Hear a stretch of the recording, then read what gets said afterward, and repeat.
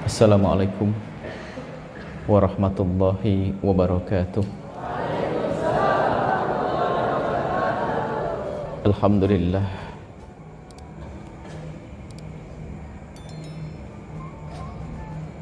Mutahhiril qulub, muzakkin nufus. Fa salatullahi wa salamuhu ala Ar-Rasulil Karimil Mab'uthi rahmatan lil alamin, Habibina Sayyidina Muhammad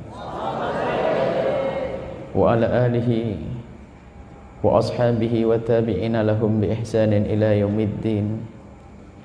Allahumma ya Rabbana tahhir qulubana minan nifaq wal hiqdi wal kibri والرياء. اللهم يا ربنا استر عيوبنا، استر يا ربنا عيوبنا، وكفر عنا يا ربنا سيئاتنا، واغفر لنا.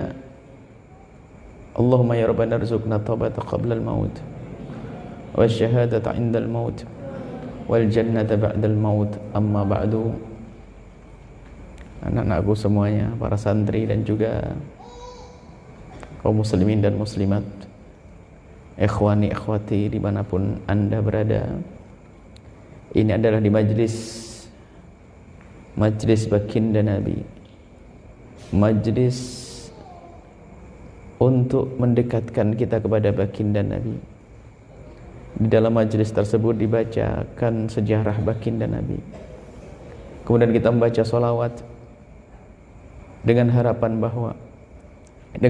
bahwa kita benar-benar diberi oleh Allah kecintaan kepada Rasul sallallahu alaihi wasallam, sehingga kita mudah untuk mensuri tauladani beliau, mengikuti beliau, menjalankan perintah beliau. Pada kesempatan ini akan kami bacakan ada hikmah yang sudah pernah kami tulis,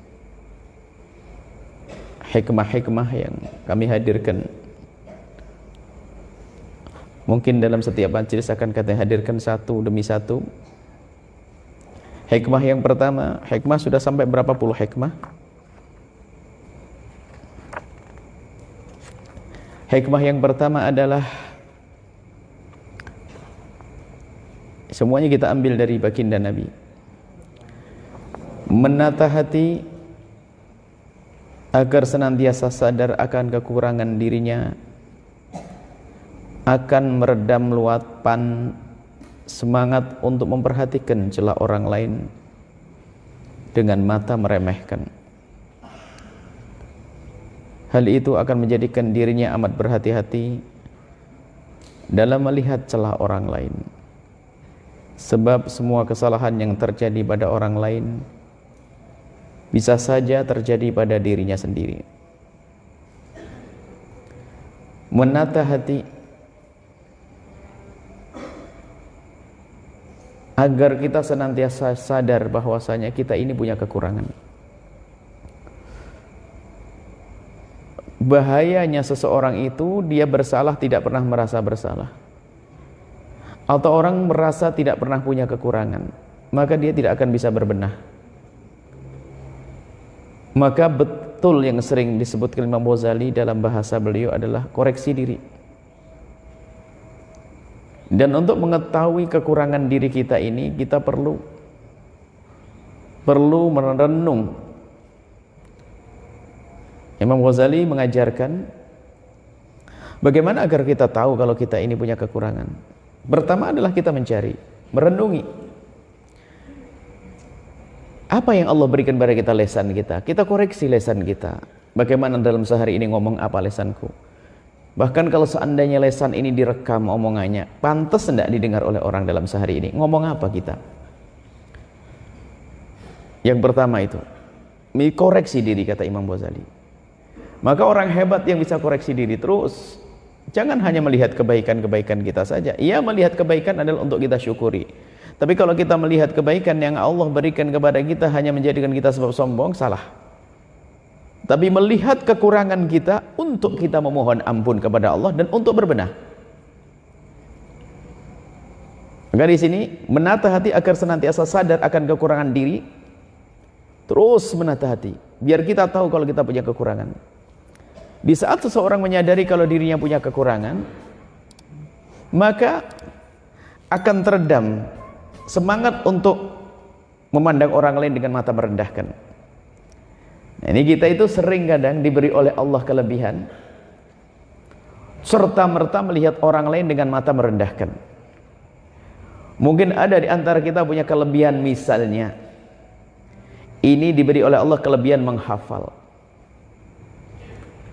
Tanpa ia sadari, dia merendahkan kawannya yang susah menghafal. Padahal yang pandai menghafal ini dia punya kekurangan, yaitu apa? Susah faham. Sementara yang susah menghafal temannya ini dia cepat faham. Yang pandai menghafal ini karena dia hanya melihat kelebihannya saja, tidak melihat kekurangannya, maka dia mudah merendahkan orang lain. Makanya kalau kita mudah merendahkan orang lain, ini sebuah sifat yang sangat jelek, yaitu sifat sombong. Kata Imam Ghazali, kalau pengen tahu kekurangan kita, yang pertama adalah kita koreksi diri, terus kita cermati. Dengan cara koreksi diri yaitu ya kita cermati mulai dari pagi hingga sore, dalam minggu ini ngomong apa, aku ngelihat apa. Nah, ini kadang orang itu melakukan dosa pun tidak dia sadari karena dia tidak pernah merenungi. Mungkin setiap hari dosa matanya terus menumpuk karena dia melihat aurat di depannya. Dia tidak pernah menyadari, mungkin dia jualan, di depannya ada seorang wanita yang jualan, buka auratnya, dia tanpa sadar melihat setiap hari. Cuma dia nggak sadar, padahal itu dosa. Nah, karena dia tidak pernah merenungi dirinya, maka dia tidak sadar yang demikian itu. Kata Imam Ghazali, yang pertama kalau ingin berbenah, ingin menjadi baik, koreksi diri sendiri. Kalau ternyata ngoreksi diri sendiri nggak bisa, memang susah ngoreksi diri sendiri itu, nggak gampang. Sebab orang sering ketutupan oleh aku, oleh dirinya sendiri, namanya ego. Sering ketutupan dengan ego, aku. Sehingga yang namanya kekurangan itu kalau sudah miliknya sendiri itu hampir tidak bisa dilihat.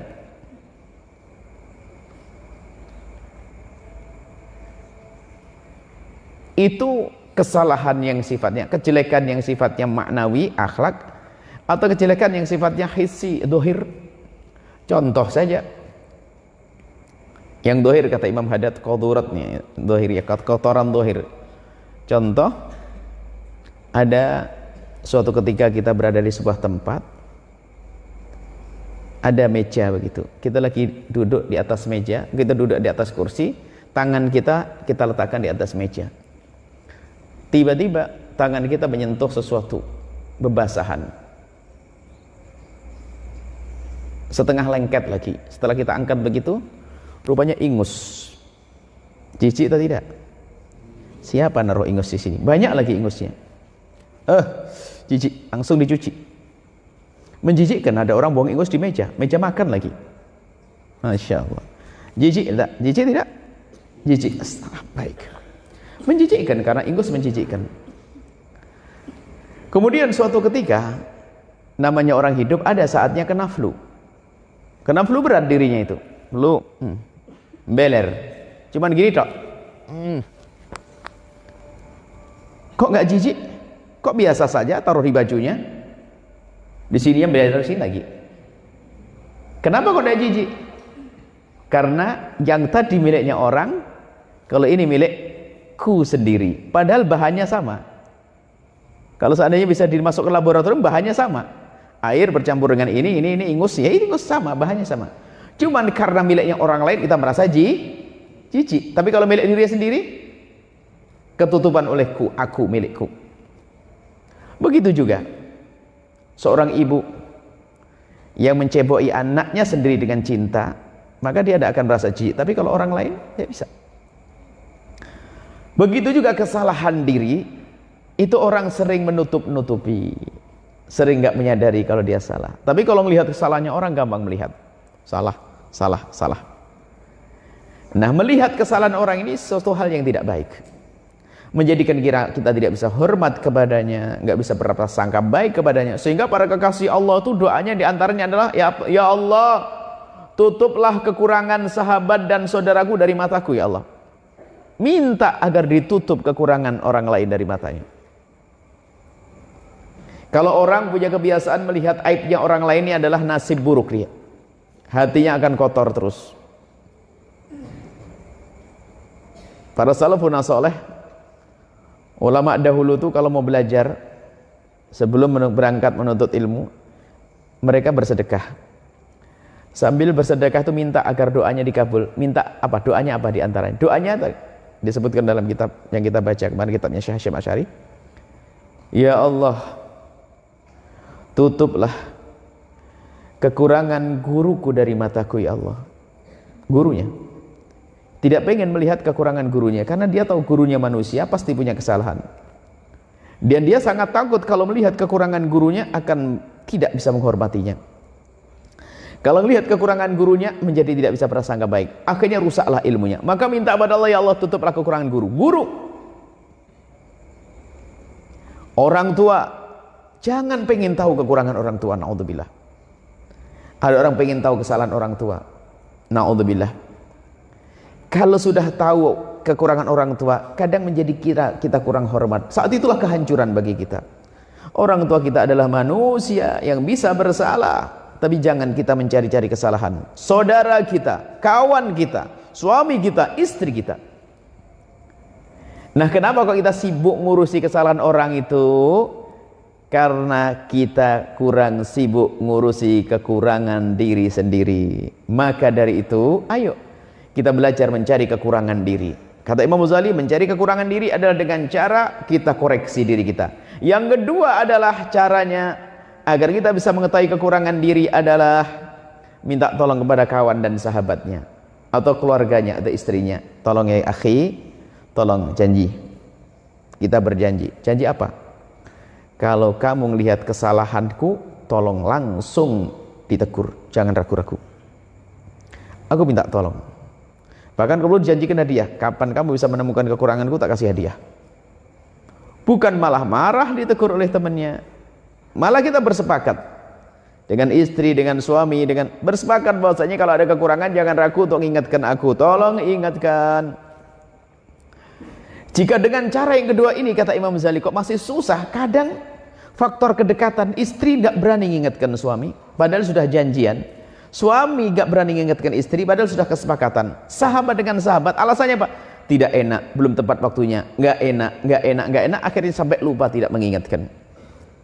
Kata Imam Ghazali, ganti mic yang lain. Kata Imam Ghazali rahimahullah ta'ala, yang ketiga adalah kalau engkau tidak bisa kalau engkau tidak bisa mencari kesalahanmu melalui kawanmu, maka carilah, ketahuilah kekuranganmu, kesalahanmu dari orang yang tidak suka kepadamu. Nah, ini rupanya musuh pun kita bisa mengambil faedah dari musuh. Apa faedah dari musuh? Kita mengambil faedah dari musuh adalah di saat mereka mengkritiki kita, ngolok kita dengar, karena bisa jadi itu benar. Karena apa? Kalau orang yang memusuhi kita itu kerjaannya adalah mencari-cari kesalahan kita, lumayan kita tidak usah mencari, sudah dicarikan. Ganti mic-nya.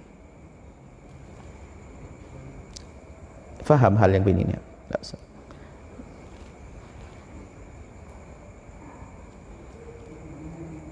Ya. Jadi apa tadi? Yang ketiga adalah dengan cara kita memperhatikan orang-orang yang tidak suka atau tidak sepakat dengan kita, kritik orang tersebut adalah bahan untuk kita berbenah.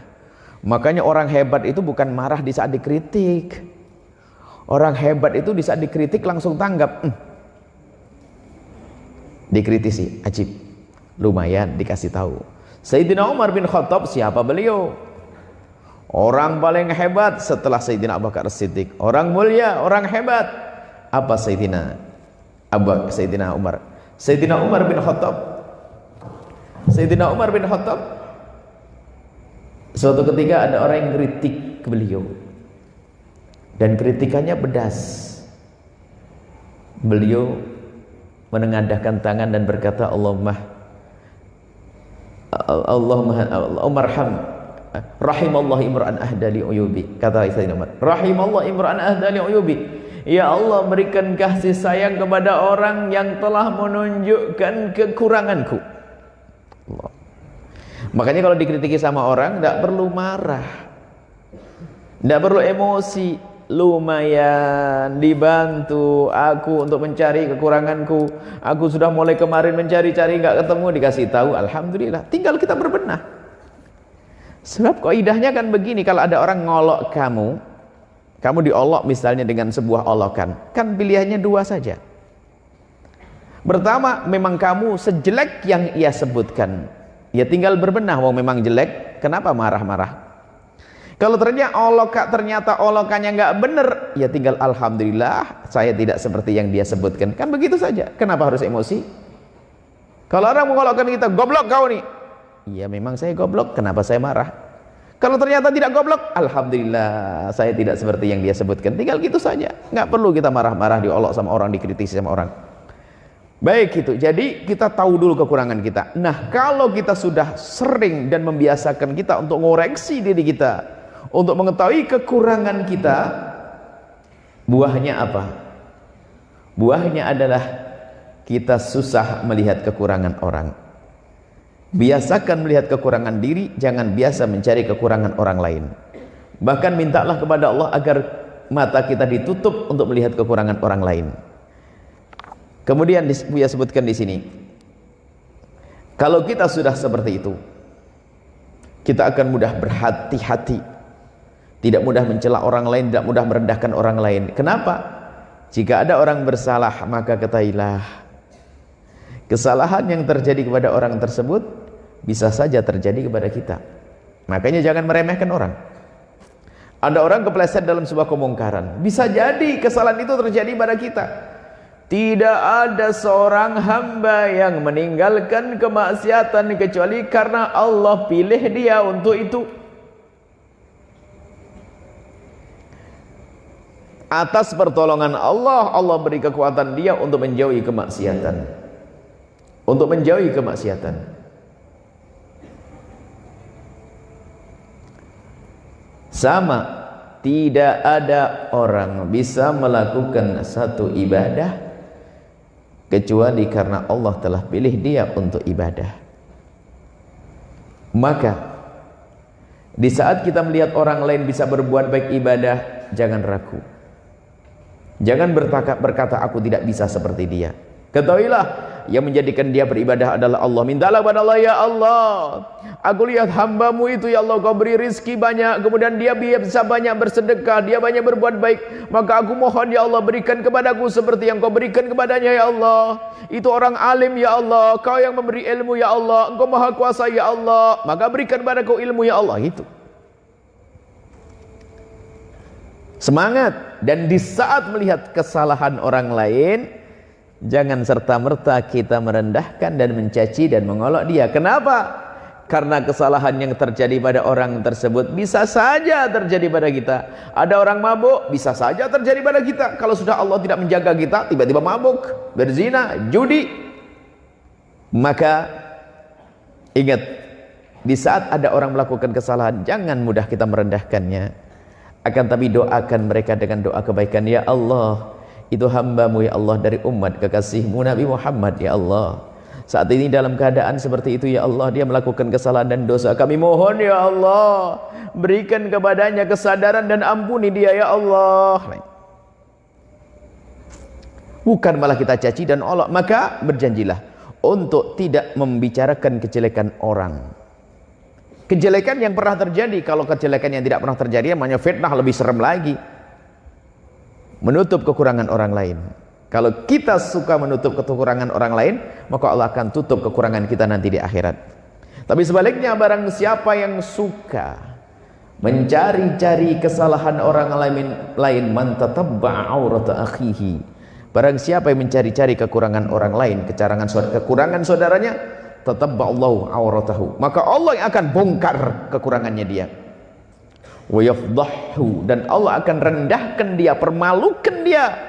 walau fi wasti baitihi, biarpun berada di tengah rumahnya. Makanya kalau orang kerjanya mencaci orang lain, ngolokin orang lain, tidak lama dia pun akan dipermalukan oleh Allah di rumahnya sendiri. Ada kesalahan tiba-tiba diketahui oleh istrinya, kecuali anaknya, sampai dia malu. Kenapa? Suka mencari-cari kekurangan orang lain. Maka sebagai penutup, jangan pengen tahu kekurangan orang, jangan pengen tahu rahasianya orang. Ketahuilah kesalahanmu sendiri, ketahuilah kekurangan sendiri. Jangan pengen tahu kesalahan orang lain. Kalau kita melihat kesalahan orang lain, kita doakan semoga Allah mengampuni dan menutupnya, sehingga tidak ada orang lain yang tahu. Ya Allah, dan jadikan saya mudah melupakan kesalahan orang itu. Ini adalah hikmah yang pertama yang Buya tulis, semoga bermanfaat. Ya ulang, menata hati agar senantiasa sadar akan kekurangan dirinya, akan meredam luapan semangat untuk memperhatikan celah orang lain dengan mata meremehkan. Hal itu akan menjadikan dirinya amat berhati-hati dalam melihat celah orang lain, sebab semua kesalahan yang terjadi pada orang lain bisa saja terjadi pada dirinya sendiri. Wallahu a'lam bissawab. Assalamualaikum warahmatullahi wabarakatuh.